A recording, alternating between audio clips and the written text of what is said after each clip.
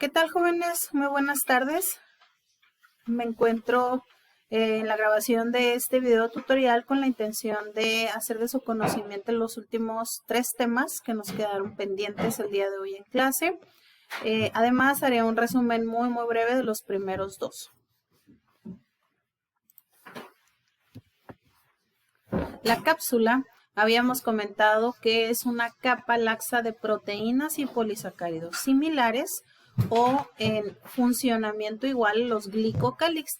La diferencia con los glicocálix que ustedes conocen en las células eucariotas es que en la cápsula es una capa densa, es decir, son tantos glicocálix tan densamente unidos que es lo que forman la cápsula realmente. Y necesaria para el crecimiento de las bacterias cuando se encuentran en una situación de crecimiento y sobrevivencia óptima, pero necesaria cuando se encuentran, por ejemplo, con la necesidad de defenderse de algún contexto o en alguna situación ajena, ¿no? Por ejemplo, el hospedero cuando está en un proceso infeccioso la bacteria, pues está el sistema inmunológico, también encontraremos a los antibióticos, etcétera. Por su parte, la pared bacteriana mencionamos que es una estructura que está compuesta de peptidoglicano. ¿Okay? Componente estructural de la pared de las bacterias, el peptidoglicano. Le da la forma a las células y existen de 2 tipos, gram positiva y gram negativa. La gram positiva tiene una gruesa capa de peptidoglicano con una bicapa y la gram negativa tiene 2 bicapas con una delgada capa de peptidoglicano entre estas 2 bicapas llamado espacio periplásmico, que además este espacio periplásmico secreta beta-lactamasas, que son enzimas que degradan antibióticos. Ahora bien, la membrana bacteriana es una estructura muy importante en todas las células vivas, pero especialmente en la bacteria. Yo les decía al inicio de esta clase, las bacterias no tienen mitocondrias. Y si no tienen mitocondrias, ¿cómo respiran? Lo hacen a través de la membrana bacteriana. La cadena transportadora de electrones que se encuentra en la mitocondria, en las crestas mitocondriales, se encuentra en la membrana de las bacterias. Es decir, sí tienen las bacterias la cadena transportadora de electrones, pero la tienen en la membrana. Bien, las funciones de la membrana bacteriana, como ustedes ya conocen, esta es fluida, es selectiva, es transportadora, es protectora, se puede autorregenerar, se encarga de la nutrición, del crecimiento. Ahí se anclan los flagelos a la membrana, no a la cápsula, no a la pared. A la membrana se anclan los flagelos. También ahí es sitio de excreción de las exoenzimas y además algo muy importante que les acabo de mencionar, este es el sitio donde las bacterias realizan el proceso de respiración. Aquí vemos en este sencillo esquema, vemos la NADH deshidrogenasa, vemos los citocromos, y vemos por último la ATP sintasa o ATP sintetasa, que es la que transforma a partir de ADP ATP. Bien, otra cuestión muy importante de la membrana bacteriana, a diferencia de la membrana eucariota, es que no contiene colesterol. Ojo, no contiene colesterol, mientras que la membrana de las células eucariotas sí tiene colesterol. Bien. Continuando con esto, el citoplasma es otro organelo muy importante en las bacterias, así como en las células eucariotas. Tiene la misma función que ustedes ya conocen, albergar a los organelos, tener moléculas, enzimas y otros componentes importantes para el desarrollo de macromoléculas en el citoplasma o en otros sitios de la célula. Bien, el citoplasma tiene estos componentes que yo les estoy mostrando aquí. Ok, estos son componentes importantes del citoplasma de las bacterias. Sin embargo, pues también, estos que se encuentran aquí. Sin embargo, pues también tendría en un mayor porcentaje agua. Ya saben, esto es súper importante. Repito, esto que estoy marcando son los componentes del citoplasma. ¿ok? Algunos de muchísimos de los componentes del citoplasma.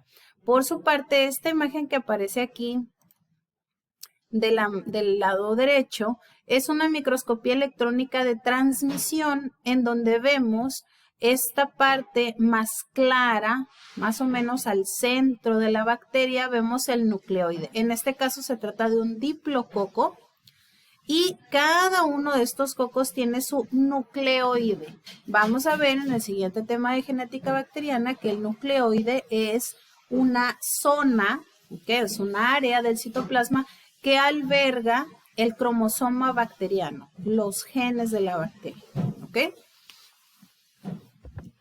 Eso en cuanto a la función del citoplasma. Ya saben ustedes, las bacterias no tienen una estructura nuclear, un núcleo definido, pero sí tienen material genético. Y por último, jóvenes, los apéndices bacterianos. Dentro de los apéndices bacterianos conocemos algunos, por ejemplo, los flagelos, que ya hablamos de él, las células eucariotas, un ejemplo es los espermatozoides tienen flagelos. En el caso de los apéndices bacterianos de las bacterias, perdón por repetir bacterias, tienen flagelos, pero además otras dos estructuras muy importantes, las fimbrias y el pili o pilus sexual. Tienen ambas dos funciones diferentes, aunque forman parte de la misma familia. Es decir, la familia de las fimbrias se dividen en fimbrias adherentes y en fimbrias sexuales. Dentro de las fimbrias sexuales se encuentra el pili o pilus sexual, mientras que las fimbrias adherentes tienen la función de adherirse al tejido donde esta bacteria va a estar infectando. Las fimbrias sexuales tienen, como su nombre lo dice, tienen la función de reproducción. Vamos a tocar el tema más de fimbrias sexuales y de pili cuando veamos reproducción bacteriana, pero en este caso, las fimbrias adherentes son consideradas un factor de virulencia porque, repito, ayudan a la bacteria a que se adhiera bien al hospedero, ¿no? Ahora, las fimbrias no es la única manera en que las bacterias pueden utilizar para adherirse. También existe la cápsula. La cápsula que acabamos de ver es una estructura que también le ayuda a la bacteria a adherirse. Y por último, un tercer factor que ayuda a la bacteria a adherirse, que son polisacáridos de adherencia. Estos polisacáridos son secretados por las bacterias con la intención de que ayude a fijarse fuertemente a los tejidos del hospedero. En esta imagen que se encuentra de mi lado derecho, esta zona que observan aquí, esta zona que se observa como si tuviera una secreción, como si estuviera emanando de la bacteria una sustancia, ese precisamente son los polisacáridos de adherencia. Esta sería la membrana, enseguida la pared,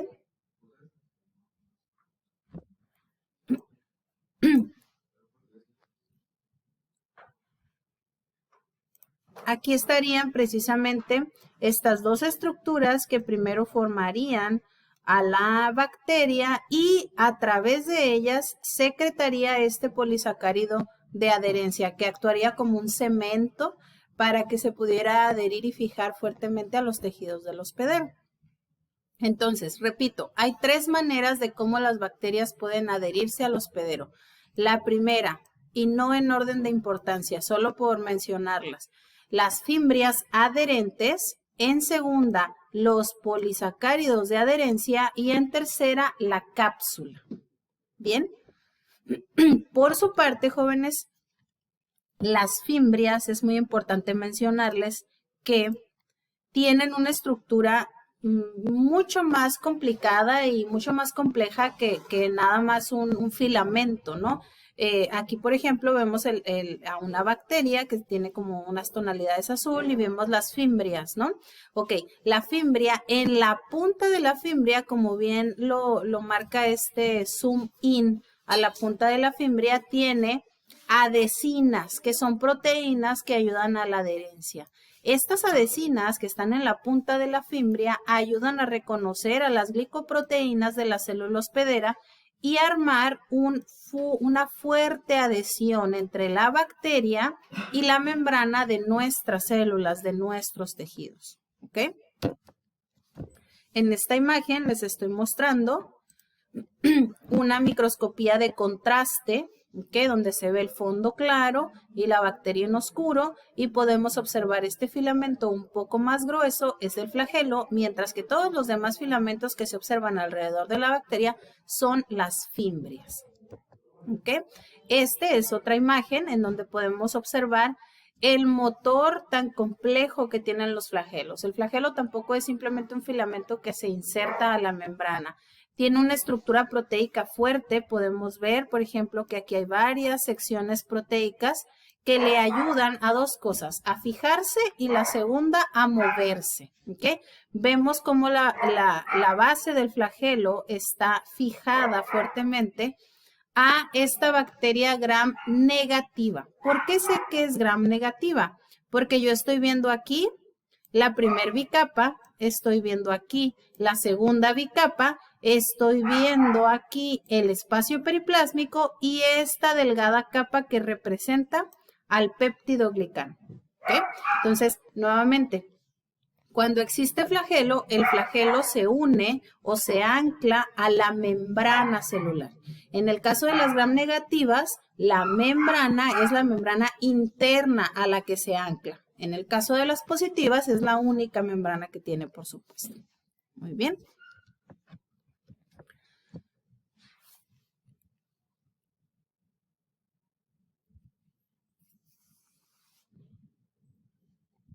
Esto sería, jóvenes, lo que tiene que ver con estructura bacteriana. Espero haya quedado claro.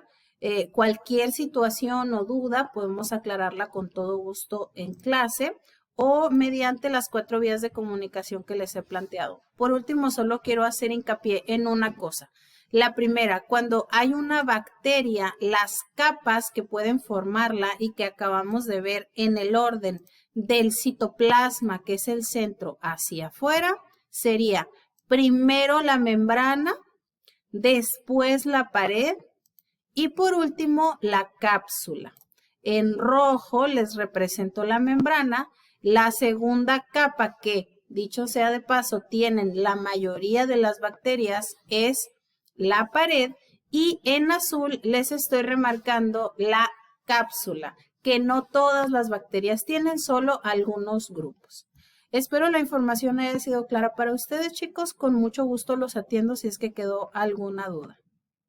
Saludos.